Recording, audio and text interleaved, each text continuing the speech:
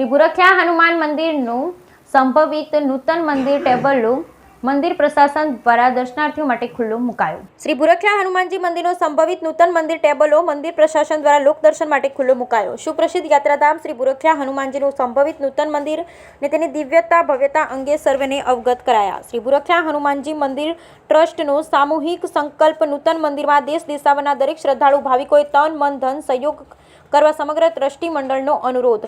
સમગ્ર બુરખ્યા હનુમાનજી સેવક સમુદાય બુરખ્યા ગામ એવં પૂજારી પરિવારો સહિત અસંખ્ય સામાજિક સ્વૈચ્છિક સંસ્થાના અગ્રણી દૂર સદૂરથી દાદાના ભાવિક ભક્તોની વિશાળ ઉપસ્થિતિમાં નૂતન મંદિરની અલ્પાકૃતિનું લોકદર્શન માટે અનાવરણ કરાયું।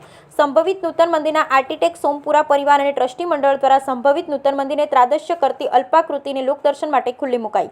સંભવિત નૂતન શ્રી બુરખ્યા હનુમાનજી મંદિરની વિશાળતા અને વિશેષતા જાણી સમગ્ર શ્રદ્ધાળુ ભાવિકોમાં અદમ્ય ઉત્સાહ। Bureau report Natolalji Bhatia. આપણે જ્યારે